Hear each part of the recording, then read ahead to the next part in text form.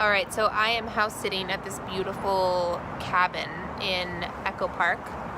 So I figured it was a great time to make a video because I live in a box, and when I'm out of the box, it's nice to make things. And when I'm out of the box, it's nice to make things.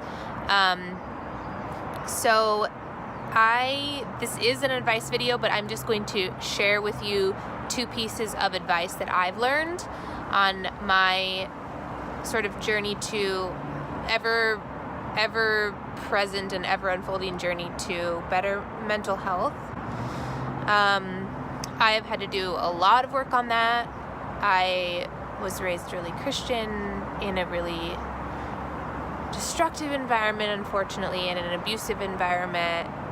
I've talked about my childhood a lot online in my past, and I was raised with a lot of, let's just say, negative programming, so it takes a lot of work to reprogram that initial negativity and those early patterning examples. So I've been Marco Poloing with my friend Ginger, who lives up north, a lot recently, and we just catch each other up almost every day and give each other advice and stuff. And so some things that I've learned have come back up for me, and I've shared them with her, and I thought I would share them here with you. You know how sometimes you can just hear a sentence and it reframes the way that you think about life? I am going to share 3 of those. These are 3 sentences that I learned at various times in various spaces from various people, but ones that I keep with me all the time, and that really restructured the way I think about being alive, and in a really helpful way. First, I'm going to tell you stuff that doesn't work. When people say, oh, those things about yourself, those aren't true. Actually, you're great. And then they list a bunch of positive stuff. It's like, that doesn't help, because you know yourself better than they do. And their little glimpse into you and their positive words of affirmation are not going to override how well you think you know yourself and how much you think you suck. My Aunt Terry is actually the one who said this sentence to me, and it was exactly what I needed to hear. I was saying all these terrible things about myself, and she didn't dismiss them. She said, okay, maybe those are all true. You know yourself pretty well? Fine. But the problem is you're only having half of the conversation about who you are. You need to work on having the other half of the conversation, because there also is good stuff, and you need to be talking about that as well. And that punched me across the face with just logic. I was like, oh my God, yeah, she's right. I do know that these bad things about me exist. I'm probably making them worse than they are, but I like that she didn't invalidate them, and she was just like, cool. Sounds like you've been working hard on that part of the conversation. Let's put a little bit more effort into the other 50% of you, which is good. And that helped me be able to list the things I liked about myself, because I felt like it was more valid to be able to do that while also admitting that I had a lot of flaws or faults or things I wanted to work on. And it's grown and grown from there, but that was the sentence that shifted my thinking and started allowing me to have the other half of the conversation.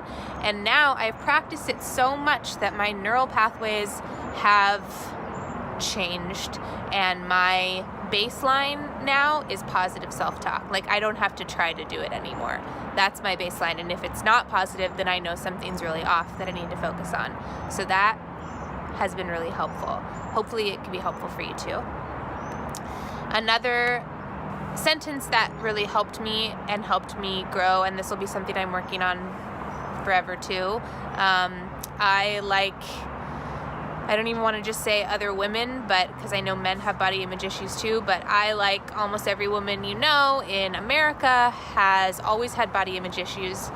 There are entries about me hating my body in my Precious Moments diary that I bought when I was 8 years old. So it started really young, as it does. And I started working on body image pretty actively a little over a year ago, to start training the way that I think about my body and the way that I talk about it and the way that I see it. And one of the sentences that really helped me on this path and that I still have to rely on a lot. This path, the body image path, is newer to me than the self-love path.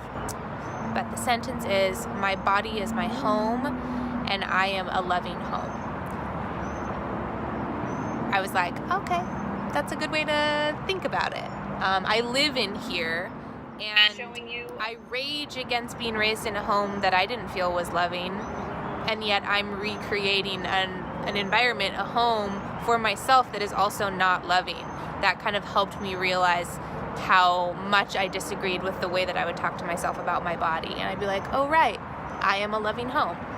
Okay, that helps. And then that sort of, again, restructured, paved a new path, and now I just try to continue walking down that path where the things that go on inside of me feel loving, the thoughts feel loving, my feelings feel loving, and if they don't, then I make a deliberate effort to make sure that I'm making a loving home for myself. The third thing that I'll share today that really helped me was the idea that you are always giving off a signal, and everything in the universe is responding to it. So if there are things happening in your life that fall into a pattern that you don't like, check your signal. If everyone in your life has all of a sudden sort of like shifted, or a lot of people in your life have shifted and have started treating you a certain way, check your signal. This isn't about taking blame for things that you are not to blame for, but I find that it's a good calibrator for determining where I am and why. I'll just think, okay, I am giving off a signal, and everything in the universe, people in my experience, or parts of my experience, are responding to it. And then I try as much as possible to purify the signal that I give off, or rein it in, or hone it. And that thought, I remember when I read that, it opened up. It felt like it opened up a new area of my brain, and I could put ideas there. And I just found it very helpful. I think I'll share more of these things because I am always on a quest of greater understanding and inner peace in a real way. So I do a lot of reading, and I do online courses, and I've done ayahuasca, I do healing groups, and I'm in therapy, and I read a lot of books about how to be alive, because I have to give myself the training on how to do this life thing that I didn't receive.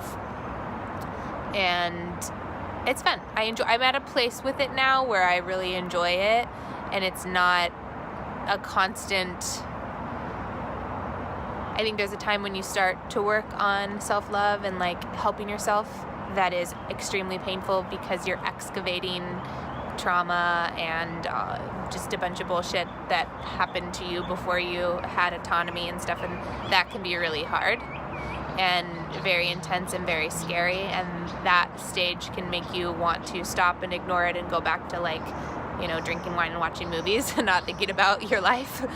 But I'm in a place with it now where my baseline is feeling good, and so I want to start sharing more of the things that help that to be my baseline as I learn them. So I just picked 3 today, and as always, if you have a specific advice question, you can message it to me. But in the meantime,